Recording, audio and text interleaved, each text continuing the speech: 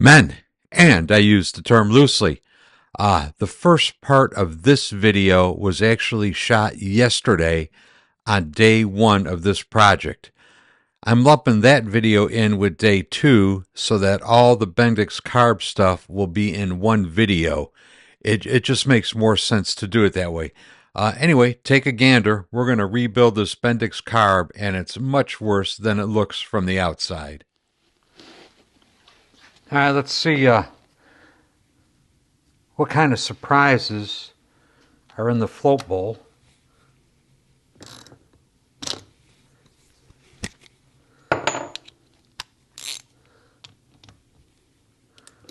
I'm pretty sure I got a Bendix rebuild kit on my shelf, if need be.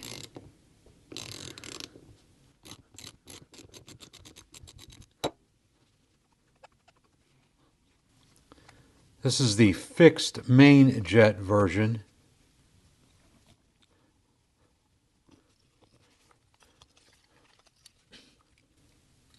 Oh, there we go. Oh, whoa.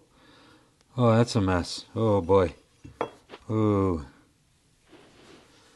Ay, ay, ay. Okay, this is going to be a challenge. All right, here's the schmutz in the bottom of the float bowl. Yeah, it had gas in it. When I took it off, it had gas in it. It'll be lucky if the little check valve for the accelerator pump in here works or not. That'll be lucky. The rest of this is just a mess. There's something weird going on.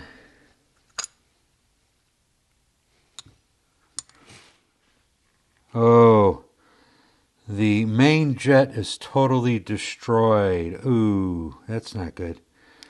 Let's see if I can get it out. That comes right out.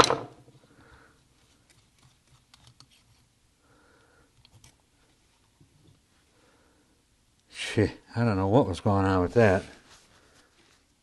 Yeah, there we go. Look at the end of that. What was going on with that? I think I got another one, though. I think. We'll see. The leather cup on the end of the accelerator pump is just disintegrated. You know, and I think this is why the throttle was so stiff. I had a hell of a time, well, I had a hard time pulling the accelerator pump out of the bowl. This is probably all going to clean up without too big of a deal. Not real concerned about it. Somebody was doing something. This is just all chewed up over here. You know, I'll throw it on the surface plate with a piece of sandpaper, lap it off a little bit. I think it will be okay. The insulating spacer was not installed. So the carb needs a little TLC, but I think it will probably work. I mean, these Bendixes are the simplest carb in the world, so I think it will be okay. Anyway, this is going to need some work. I'm going to deal with that tomorrow. I got the battery tender on it, and I'm going to toss this in some carb cleaner tonight and look at it tomorrow and try to get it sorted out so I can get it back on the bike and see if we can fire it up. Possibly later tomorrow. Yeah, I bought a can of this a couple of weeks ago, so I'm going to try it out, and we'll see what these parts look like in the morning. I got the carb, the float bowl, and the bits and pieces soaking in there. I will see whether this stuff works worth the shit. This carb will be a good test of it. And for tonight, that's all I got for you. I am out of here, and we'll see you next time. Bye. Men, and I use the term loosely. Today is the second day I'm working on this. Customer dropped the bike off yesterday, early afternoon, I don't know, noon, 1 o'clock, something like that. I worked on it kind of late, got it cranking over, got it sparking. Carb was all jacked up. I just minutes ago pulled the carb out of the Berryman carb cleaner, and man, it looks good, at least initially. We'll take a look at that in a second. But anyway, the goal today is to possibly try to get it to fire up. So let's take a look at the carb and see how close I'm going to get here today.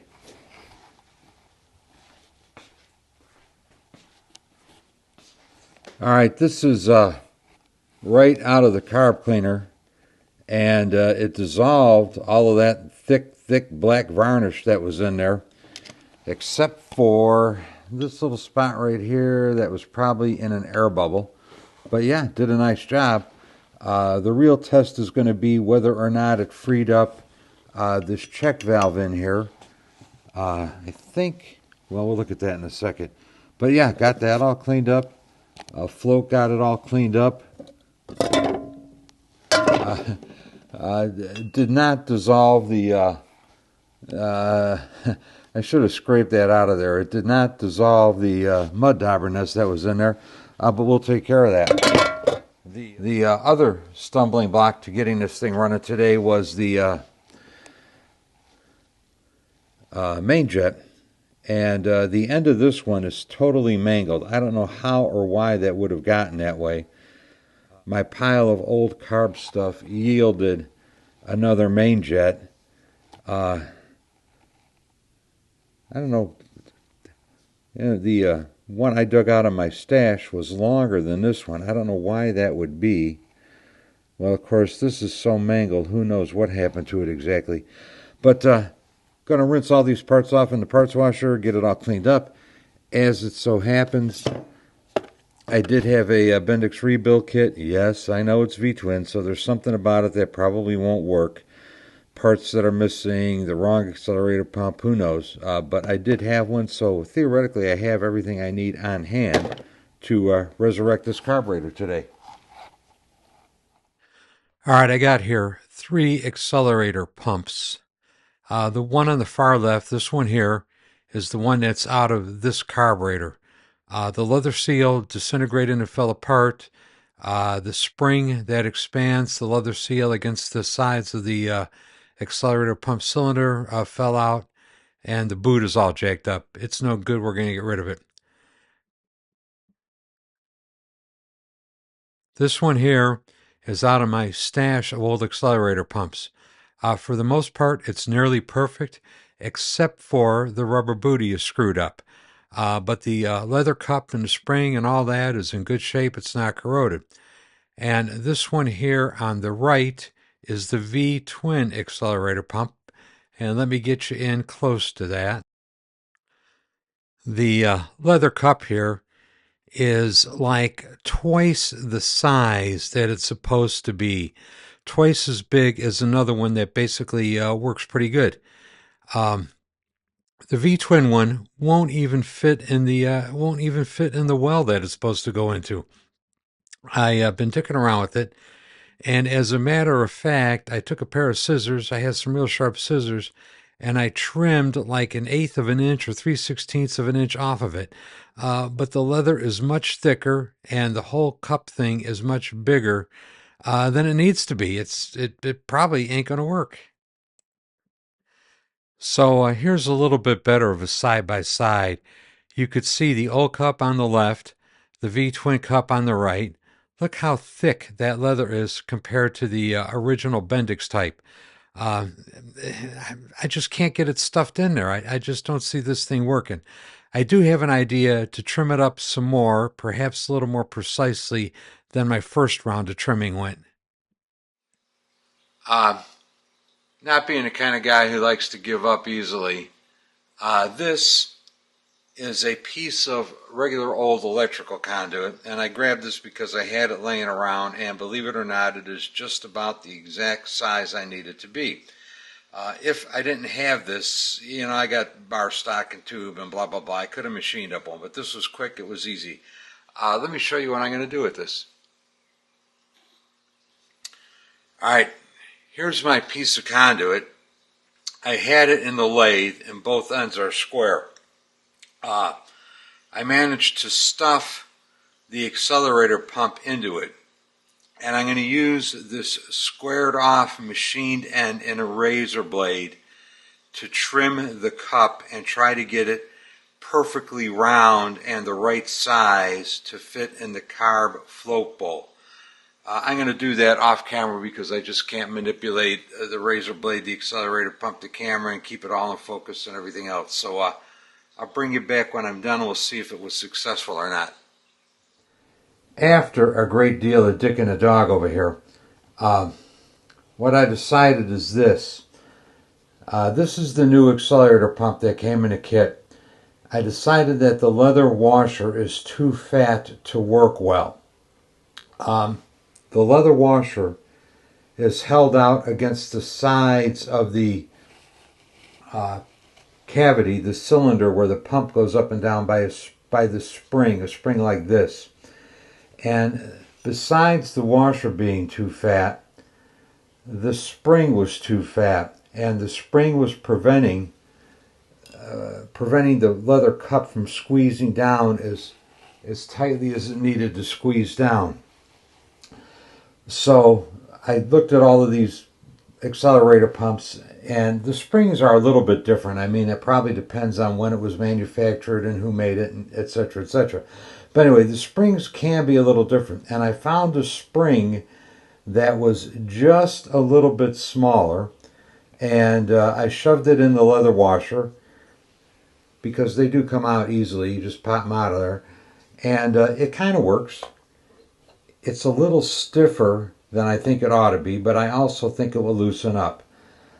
So anyway, I do have a serviceable accelerator pump on it. Now, the only question in my mind is this. This one works reasonably well, okay? Reasonably well. This is one of the old ones I had in my pile over here. And, man, it works so much better. Smoother, easier to get in and out. I'm sure, as a matter of fact, let's just do it right now. I'm sure with a few drops of WD-40 on there, the leather will swell up nicely. And I think this will work too. So my question now is whether I want to use the new one, modified new one with a different spring, a trimmed washer, or whether I want to use one of these old ones and just take the rubber booty off of there.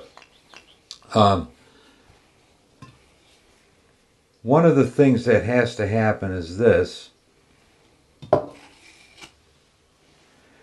is fluid gets sucked in through that check valve in the bottom, which isn't working right now. It's sucking in okay, but it's not sitting on the way out, and gets sprayed out of this nozzle. The rebuild kit does come with a new one of these, and I am going to change it in a minute.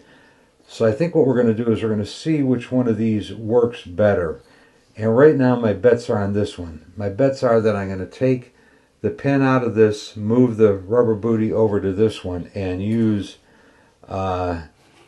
this used one. Used, but you know, generally speaking, in very, very good condition. There's no corrosion on it. The cup fits nice. I mean, this one I think is going to be the way to go. So I think that's what's going to happen. Anyway, next challenge. Get the check valve out of the bottom of this. And that's kind of a... you could do damage with that. So I'll see if I can show you how I get them out of there. Hopefully it'll come out easy. And the new one will go in easy. Hopefully. I get it easy out. It's got to be big enough to take a bite on the hole. Tap it in there. And they are a press fit, and with a little luck it should take a bite and twist right out of there with a little luck.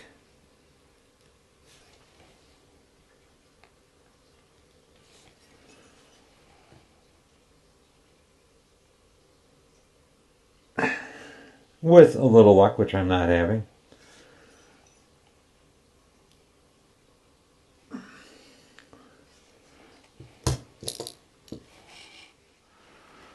All right, I got the easy out clamped in a vise so I could get a little better grip on it.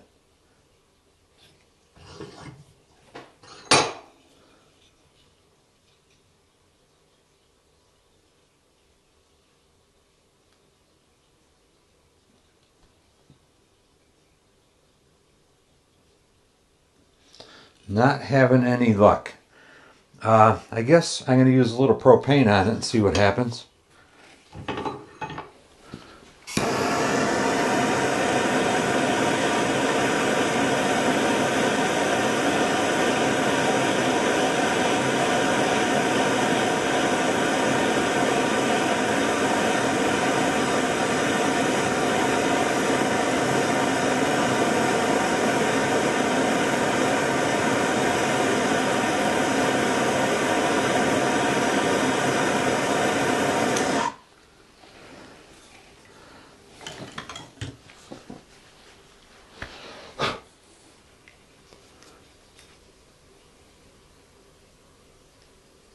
Man, that one was really in there.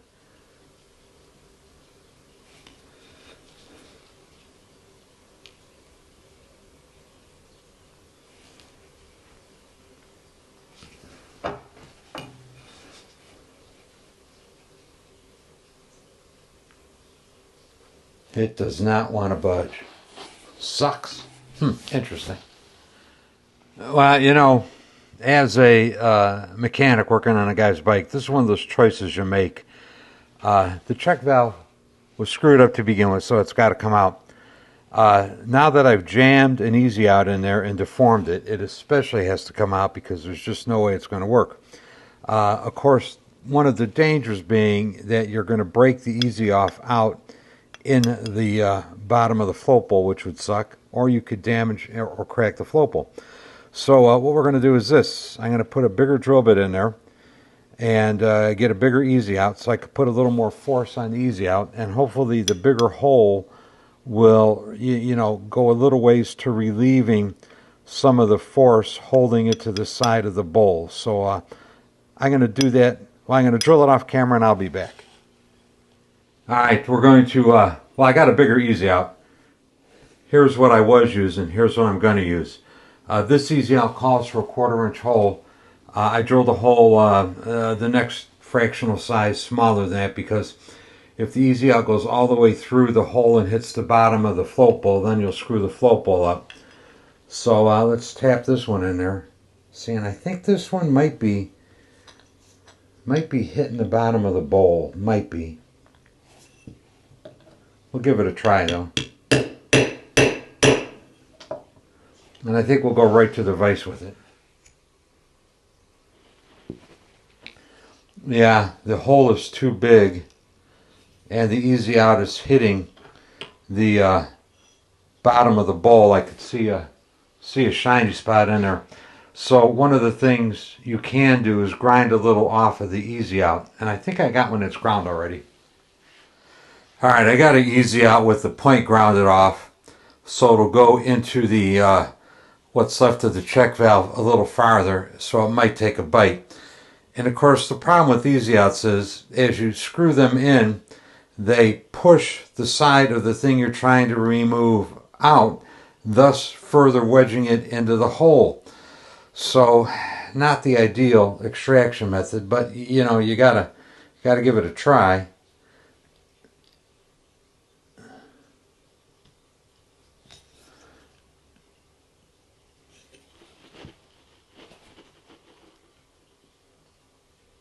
Ooh, okay, good. Okay, the float has, the check valve is broken loose. And it should twist off pretty easy from here on out.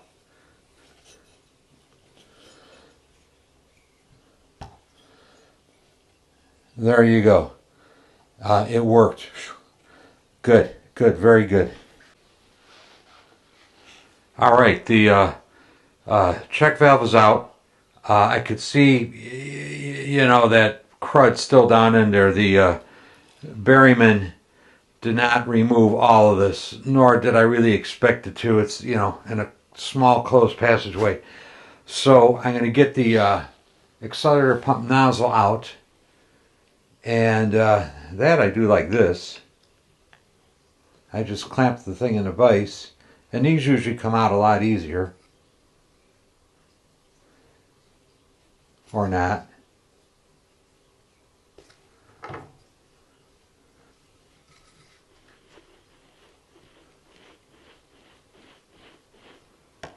Okay, that broke loose.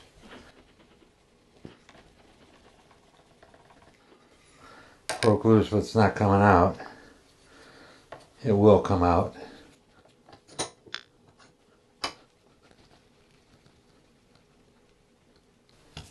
Okay, very good.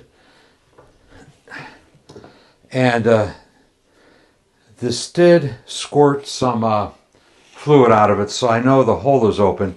But the reason I wanted to get it out was to open up this passageway so I could get, you know, more compressed air and more brake cleaner or carb cleaner in there. And I think what I'm going to do is I'm going to go toss this in the ultrasonic cleaner for a half hour to hopefully vibrate loose any schmutz that's inside this passageway. I mean, it goes down here, terminates down here, goes across this way, and comes out in the bottom of the bowl. So I want to get as much crap out of there as I possibly can.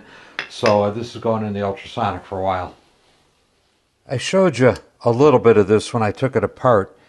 But anyway, I just had it over on the surface plate with a piece of sandpaper and did a few swipes on it.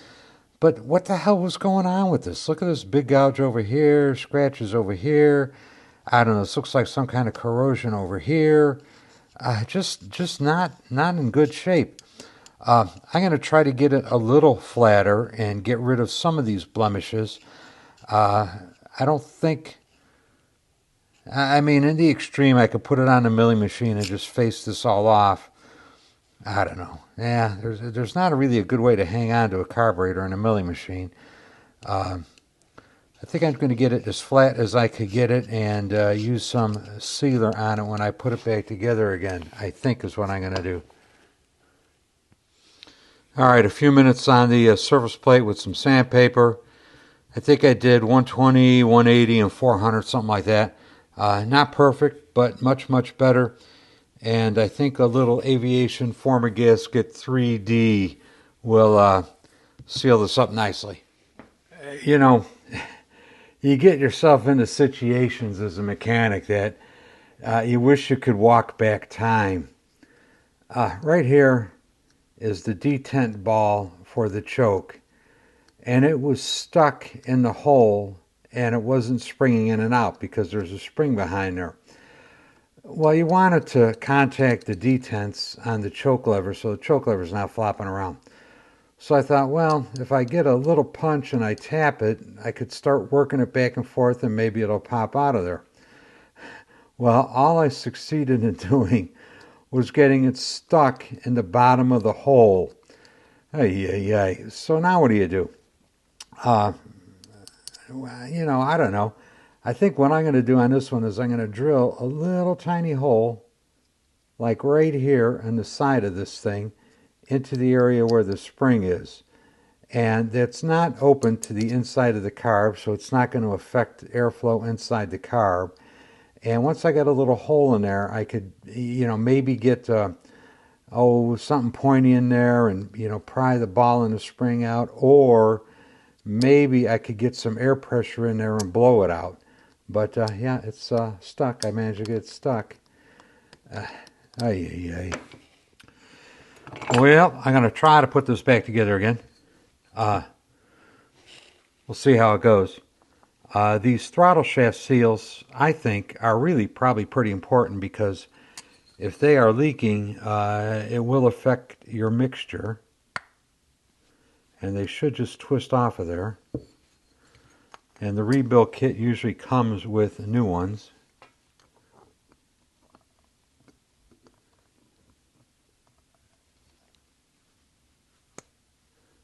And it does. Interesting. Anyway, the seals.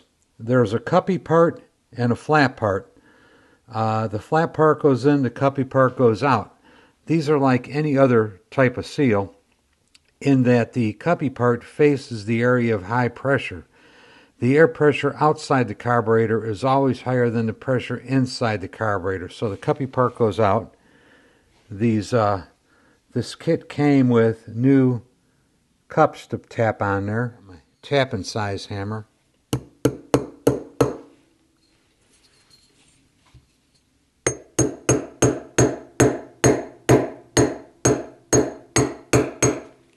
That's good. That's good. We'll put the throttle shaft in next.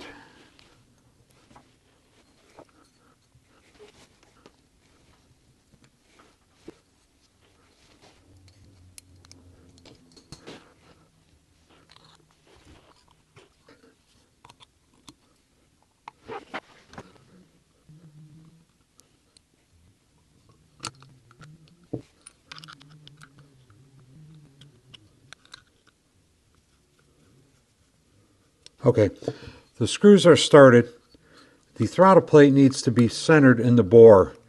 And when the throttle is closed all the way, you should not be able to see light through the throttle plate.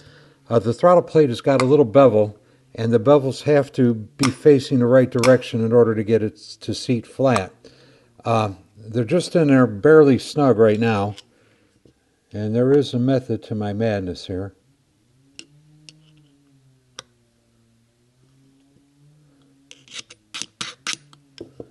I'm looking at the shiny spots on the throttle plate to gauge where it used to sit.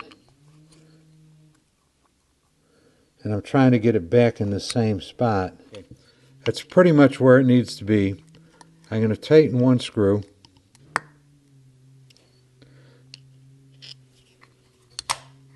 I'm going to take the other screw out. And it's going to get a drop of Loctite.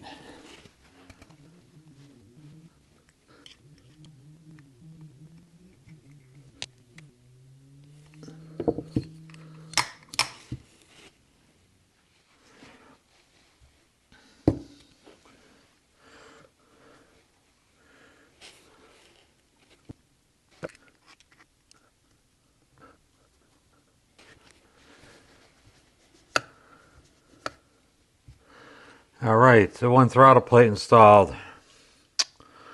I guess we'll install a choke plate next, which means the little spring I dug out of the bottom of the hole, the spring is kind of jacked up.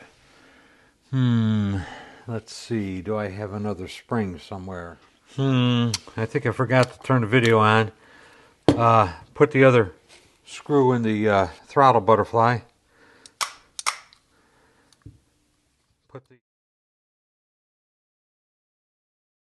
Put the choke plate in.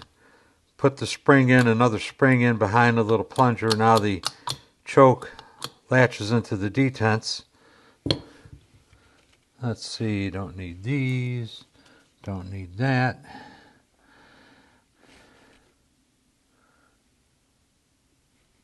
We'll need that. Okay, we got a float.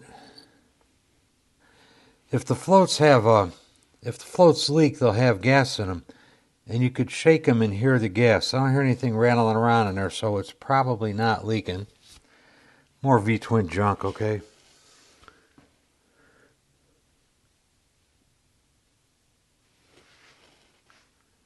Okay, this is the float needle valve that came with the rebuild kit.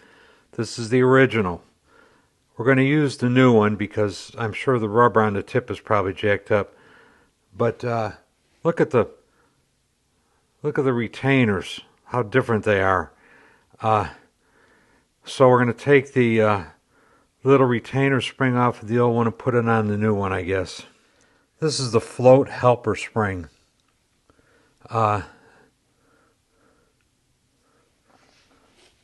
Float helper spring.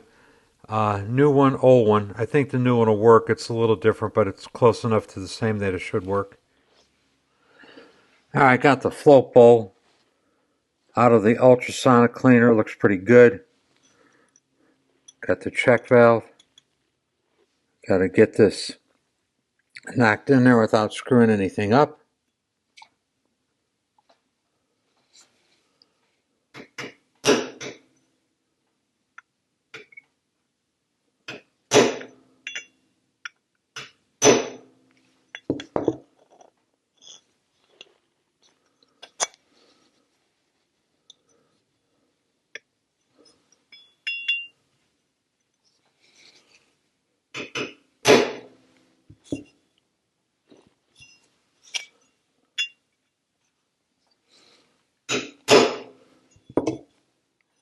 This needs to be flush.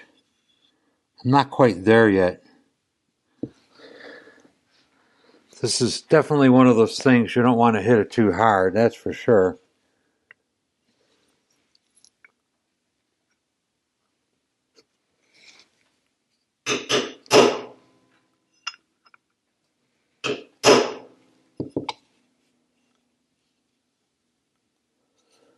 You know, I think I'm going to leave it there. It's not quite flush, but I don't think it's going anywhere. Okay, here's something that's probably important. And this is one of the reasons I decided to take all this apart with these, with the nozzle and the check valve and all that. This little guy, okay, gets dropped in here. And it's dropped in there so that when the engine is running, there's a little bit of a venturi action around this nozzle that could suck fuel that the bike doesn't need into the carb throat. So this little bastard drops down in there and it seals the seat up. That way fuel is blocked from just dribbling in there. And of course when you push down on the accelerator pump, it will push this up out of the way. And I'm going to show you something here in a second. Let me wipe this off a little better. There's some crud on there still.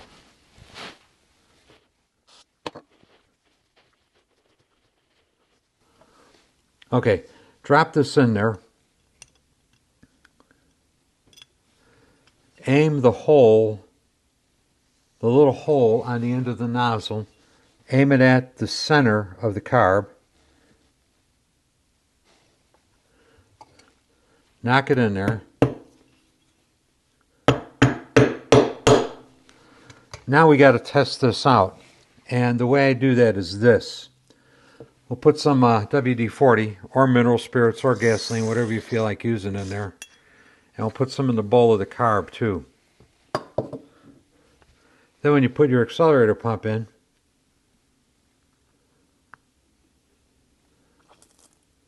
get a nice stream out of there. That's really nice. And then when I lift up on the accelerator pump, it sucks the WD-40 into the accelerator pump cylinder. And this was not doing it before. Now, the thing I was going to show you that's kind of halfway important is this. When you have one of these that's all gummed up, it's probably gummed up on these internal passageways. One of the ways you could check to see whether it is or isn't is shake it. I don't know if you could pick that up, but you hear that? That's that check valve in there rattling around. If the check valve is not rattling around, you could be pretty sure it's gummed up and it's not working correctly. So, yeah, this one is probably good to go. And I would venture to say that this carb bowl, float bowl, is ready to be bolted to the carb. Let's see, we need this thing.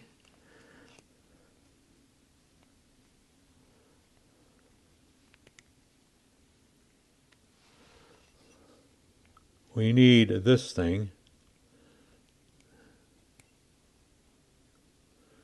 Ay. And there is a way to get it off and on there without having to drive the little pin out.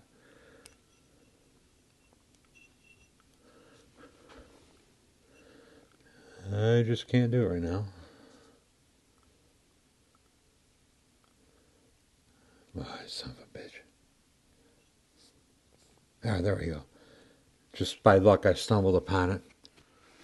All right, I had to go look at another bike to see which way this gets oriented on the plunger here.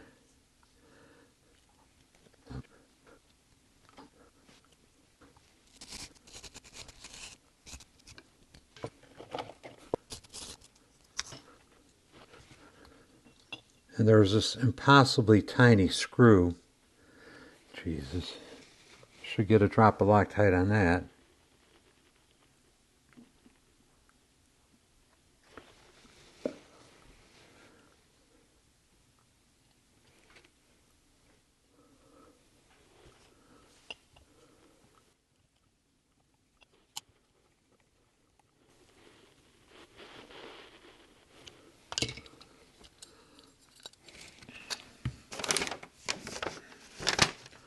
All right, the gasket has to go on first.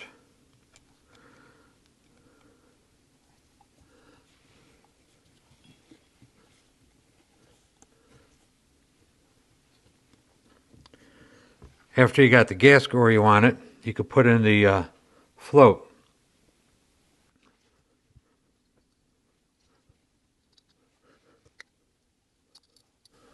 Okay, the book says the float is supposed to be 3/16 of an inch from the gasket surface.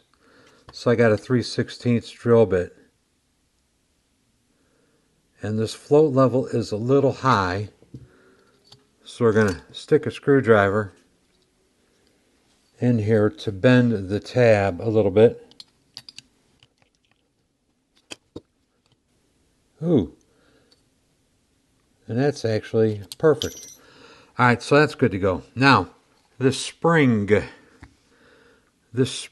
when you put the bowl on, and you got to be careful of this because guys don't do it, you need to catch the end of this spring and fold it up like this so that it rests against the side of the float bowl.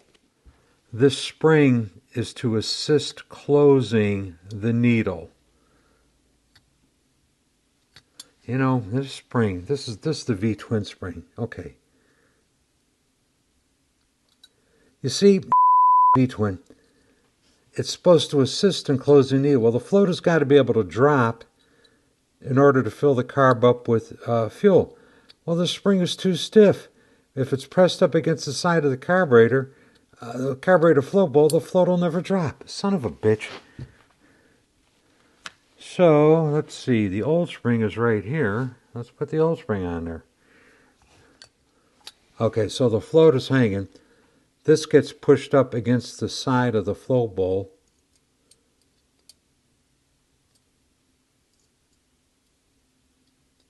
You see, this spring is wimpier, and it allows the float to drop so the bowl could fill up with gas. All right, so this will work. And I think that means I could put the bowl on. I think.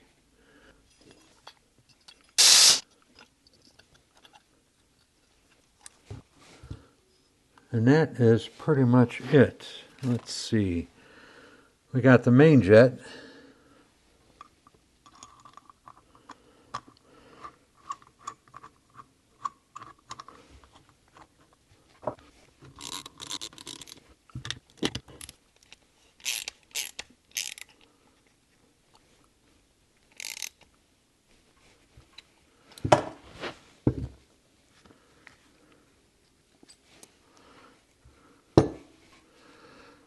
I think earlier I mistakenly called this the main jet. This is actually the idle tube.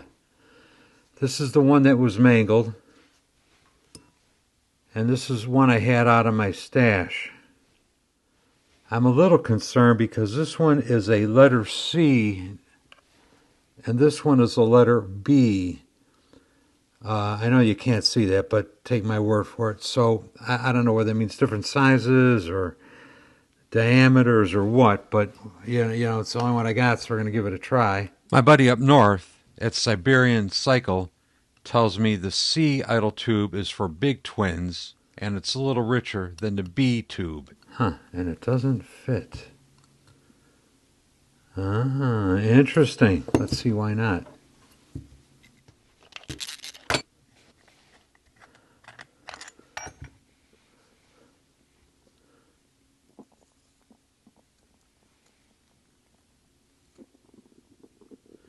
You know,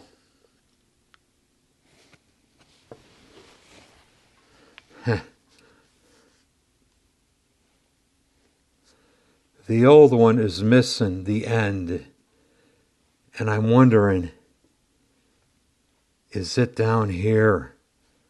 Oh.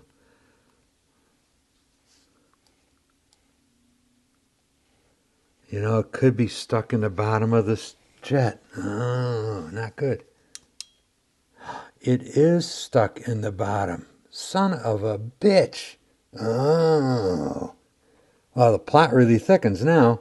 Huh.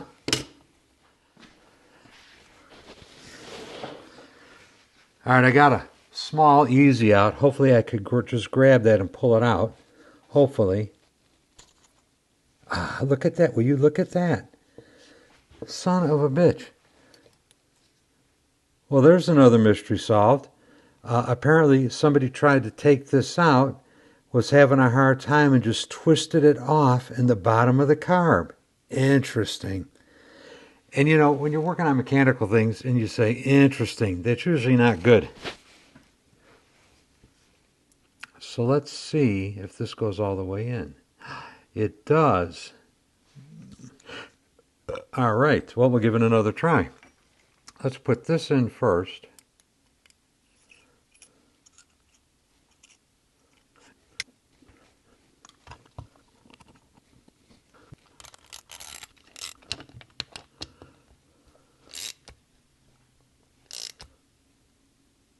Okay, the kit comes with a new needle, and it looks pretty much the same as the old needle. This would be the idle mixture screw.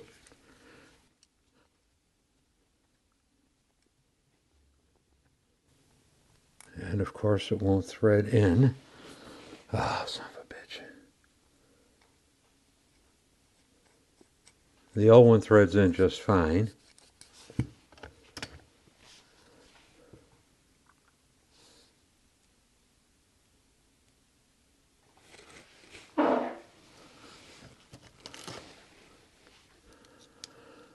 All right, the old one is 1.84. No, the old one is 0.184. The new one is 0.193. So, V-twin junk, the idle mixture needle is the wrong size. So I guess we'll put the old one back in. Okay, it's bottomed out in the hole. We'll go out a half, 1, 1 and 1/2, 2, and I think that will get it to run. We'll screw the speed screw in.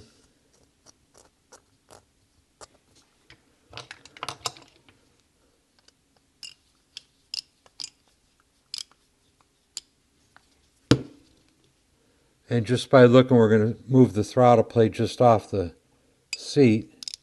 And there it goes. It's open just a hair. So, yeah, that ought to run. Now, I have, of course, a few things to say about this. And here's what I have to say.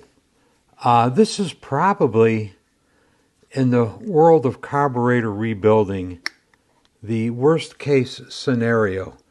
This thing was jacked up in several ways.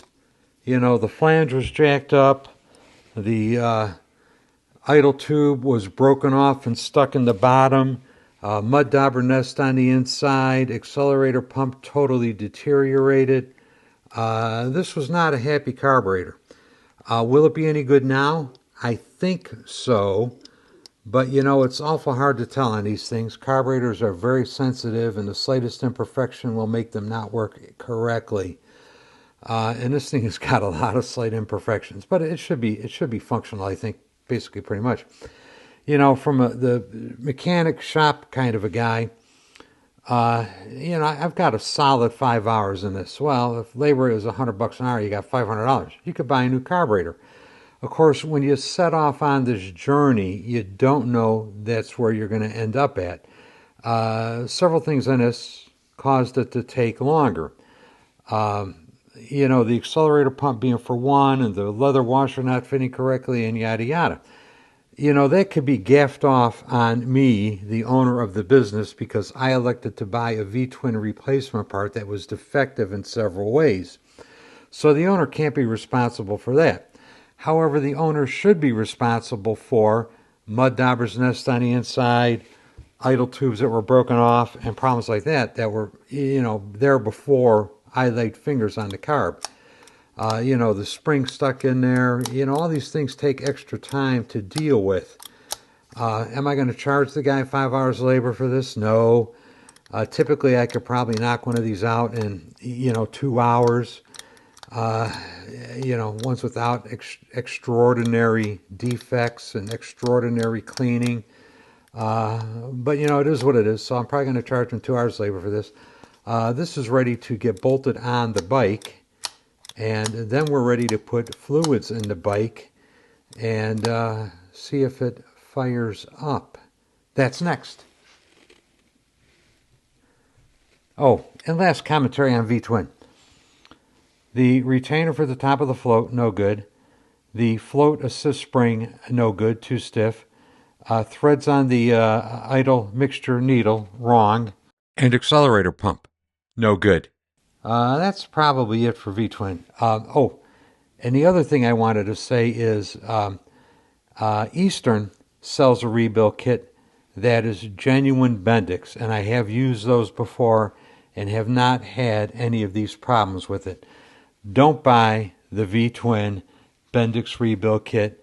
You know, there's parts in it you could use, but it's not without difficulty. So know what you're getting into. When you buy V-twin rebuild kit, it's not going to work right. I was editing the video for today and realized I hadn't videoed the outro kind of part of it that I do. So here it is. Carb's done. Gonna work on getting it installed tomorrow probably. We'll see where it goes. And just so you know, right behind me, but you can't see it, is the Project 74 custom build. Completely done. I've been driving it. You could see those videos if you signed up for Patreon. Otherwise, you're not going to get to see that bike running until May of 2026. Y'all take it easy. Have a good one. Bye.